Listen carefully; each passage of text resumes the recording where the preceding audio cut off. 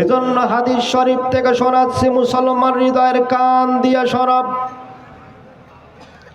ঈমান ভঙ্গের 1 নম্বর কারণ হলো যারা আল্লাহ রাব্বুল আলামিনের সঙ্গে শিরিক করবে, যারা আল্লাহর দ্বীন মানতে চায় না, দ্বীনের সঙ্গে যারা অংশীদার সাব্যস্ত করবে, আল্লাহ রাব্বুল আলামিন বলেন তারা অবশ্যই তাদের ঈমানটাকে ভঙ্গ করে ফেলবে।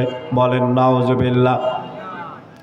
হাদিস শরীফ থেকে শোনাচ্ছি, মুসলমান হৃদয়ের কান দিয়ে শোনাব। আল্লাহ রাব্বুল আলামিন বলেন কোন বান্দা যদি মৃত্যুবরণ করে, কিয়ামতের ময়দানে আল্লাহ পাক বান্দাকে জিজ্ঞেস করবেন, বান্দা দুনিয়াতে তোমাকে আমি একটা জীবন দান করেছিলাম, দুনিয়াতে তোমাকে আমি একটা হায়াত দান করেছিলাম, এই হায়াত দিয়া তুমি কি আল্লাহর সঙ্গে শরীক করেছো? তখন বান্দা বলবে, রব আমি তো শরীক করি নাই। আল্লাহ পাক বান্দাকে প্রশ্ন করবে, বান্দা তুমি কি জিনা করেছো? তখন বলবে হ্যাঁ করেছি। তুমি কি চুরি করেছো? তখন বান্দা বলবে হ্যাঁ চুরি করেছি। আল্লাহ পাক বান্দাকে শুধুমাত্র একটা ঘোষণা দিবেন, বান্দা যেহেতু তুমি আমি আল্লাহর সঙ্গে শিরিক করো নাই, জিনা করেছো, ব্যভিচার করেছো, অর্থ সম্পদ লুট করেছো, আমার কাছে তওবা করার কারণে আল্লাহ পাক বলেন বান্দা শিরিক না থাকার কারণে বান্দা তোমার জীবনের সব গুনাহ খাতা আল্লাহ রব্বুল আলামিন মাফ করে দিয়া দিবেন। শিরকের ভয়াবহতা পৃথিবীতে অন্য যত গুনাহ আছে তার চাইতে শিরিক হলো সবচাইতে বড় গুনাহ। সবচাইতে বড় গুনাহ কি? শিরিক। পিতামাতা আল্লাহর পরে কিন্তু পিতামাতাকে মানবেন, এটা বিধান আল্লাহর। কার? সবাই কোন? ওয়া ইন জাহাদাকা আলা আন তুশরিকা বি মা লাইসা লাকা বিহি ইলম ওয়া কাদা রাব্বুকা আল্লা তা'বুদু ইল্লা ইয়্যা ওয়া বিল ওয়ালিদাইনি ইহসানা। হে পৃথিবীর মানুষ, আল্লাহ পাকের পক্ষ থেকে এটা চূড়ান্ত, এটা ফয়সালা। আল্লাহর ইবাদতের পর যদি কাহাকেও মানতে চাও, বুঝতে চাও, জানতে চাও, তাদের হুকুমত পালন করতে চাও, তাহলে অবশ্যই তোমাকে তোমার পিতামাতার খেদমতের সাথে তাদেরকে মানতে হবে। বলেন সুবহানাল্লাহ। কিন্তু আল্লাহ পাক একটা জায়গায় বলেছেন পিতামাতাকে মানবা ঠিকই আছে, কিন্তু কোনো পিতা কোনো মাতা যদি তোমাদেরকে বলে যে আল্লাহর দ্বীনের বিপরীতে তোমাদেরকে যেতে হবে, আল্লাহর দ্বীন তোমার মানা যাবে না, কোরআন মানা যাবে না, রাষ্ট্রীয় ক্ষমতা মানা যাবে না, তখন আল্লাহ পাক বলছেন মা লাইসা লাকা বিহি ইলম, তাহলে এ বিষয়ে তোমার কোনো জ্ঞান নাই, অর্থাৎ বাপ মায়ের এ কথাটা সন্তান হিসাবে তোমার মানা যাবে না। কিন্তু রব্বে কারিম মানুষকে বলেছেন বাপ মা হলো তোমার সবচাইতে বড় বড় পীর। এই পৃথিবীতে কোনো বান্দা যদি নিজের বাপ নিজের মার খেদমত করে আল্লাহর জান্নাত পেতে চায়, অবশ্যই তাদের খেদমত করতে হবে। তার কারণ হলো আল্লাহর পরে যাদের স্থান আল্লাহ পাক দান করেছেন, সেই আল্লাহ পাকই বললেন বাপ মাই তোমাদের জান্নাত, বাপ মাই তোমাদের জাহান্নাম। বলেন সুবহানাল্লাহ। বাপ মার খেদমত করলে তোমাদের জান্নাতটা দান করবেন তিনি কে? আর বাপ মার যদি তুমি খেদমত করতে না পারো, তাহলে আল্লাহ পাক বলছেন তোমার জাহান্নাম অবধারিত। এখান থেকে বাঁচার কোনো উপায় মানুষের আছে নাকি? আছে? তো মানুষ তা না করে আজকে মাজারে দৌড়ায়, দৌড়ায় না? মাজারে গিয়া যদি কোনো বান্দা, ভালো করে কান পেতে শোনেন, মাজার পীরের দরবারে অনেকে যায়, দৌড়ায়, সেখানে যায়, গিয়ে এমনভাবে তাদের কাছে সেজদা করে, কবরে গিয়ে মশারি টাঙ্গায়, আবার সেখানে মুরগি নিয়ে যায়। এগুলো কিন্তু একদম শিরিক। একদম কি কথা বলে?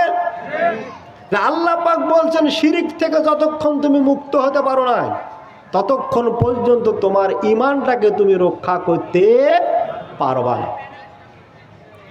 অনেকের বাপ অনেকের মা বাড়িতে জীবনে 5 মাস 10 মাস পরও এক টুকরা মাংসের খোঁজ খবর পায় না, আর আপনি মুরগি নিয়ে মাজারে গেলেন, আল্লাহ পাক বলছেন আমার আরশে আজিমটা ব্যথিত হয়ে গেল। বলেন নাউজুবিল্লাহ।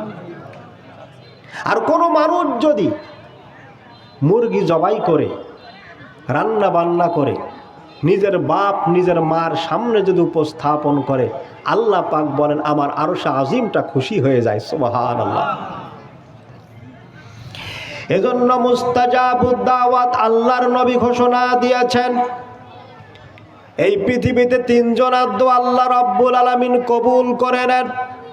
নাম্বার 1 হলো মুস্তাজাবুদ দাওয়াত, যেই ব্যক্তি মুসাফির, যেই ব্যক্তি বাংলাদেশ থেকে ভারতে সফর করতে গিয়েছে, সেখানে গিয়ে যদি সে দোয়া করে, আল্লাহ পাক বলেন মুসাফিরের দোয়া আল্লাহর দরবারে কবুল হয়ে যায়। বলেন সুবহানাল্লাহ। নাম্বার 2 হলো মাজলুম ব্যক্তি। যেমন বিগত 17 বছর আমরা ছিলাম মাজলুম, আর আমাদের মাথার উপরে ছিল জালেম। এই জালেম এখন বাংলাদেশে নাই, ইন্ডিয়া পার হয়ে এখন জালেম চলে গিয়েছে।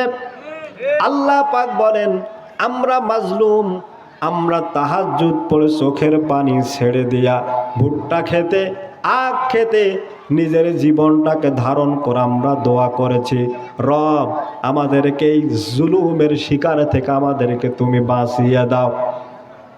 আল্লাহ পাক বলেন যেহেতু আমরা মাজলুম ছিলাম, মাজলুমের দোয়া আল্লাহর দরবারে যে কবুল হয়, আল্লাহ পাক তার প্রকৃষ্ট উদাহরণ বাংলাদেশের নমরুদি বেগমকে দিয়েছে। দেন নাই? দিছেন কিনা? আপনারা চাইছিলেন শুধুমাত্র পদত্যাগ, কি চাইছিলেন? কিন্তু আল্লাহ পাক বলছেন না, হ্যাঁ রে, তোরা যেহেতু মাজলুম শুধুমাত্র পদত্যাগ দিয়ে হবে না, ওরাকে দেশ ত্যাগ করতে বাধ্য করতে হবে। ঠিক না? আল্লাহ পাক আপনারা চাইলেন পদত্যাগ, আপনাদের দোয়া আরশে আজিম পর্যন্ত পৌঁছায় গিয়া আল্লাহ পাক এই নমরুদি বেগমকে শুধুমাত্র দেশ ত্যাগ করে এই বাংলাদেশের জমিন থেকে তাকে বিতাড়িত করে দিয়েছেন। ঠিক কিনা বল? নাম্বার 3 হলো কোন সন্তানের জন্য যদি নিজের বাপ এবং নিজের মা যদি আল্লাহর দরবারে 2 হাত তুলে দোয়া করে, আল্লাহ পাক বলেন ওই বান্দা জন্য আল্লাহ পাক মা বাবার দোয়াটাকে বিনা দরখাস্তে আল্লাহর দরবারে কবুল করে নিয়ে নেবেন। সুতরাং মাজারে গিয়ে আপনি যতটুকু উপকার পাবেন, মৌলভী সাহেবকে বাড়িতে ডেকে এনে আপনার জন্য দোয়া করে যতটুকু উপকার আপনি পাবেন, আল্লাহ পাক বলছেন মায়ের পা ধরো, বাপের পা ধরো, শিরকিয়াতের পথ বন্ধ করে নিজের বাপ নিজের মার কাছে এসে দোয়া চাও। আল্লাহ পাক বলছেন বিনা দরখাস্তে আমি আল্লাহ পাক ওই বান্দার দোয়াটাকে কবুল আর মঞ্জুর করে নিয়ে নেব। সুবহানাল্লাহ।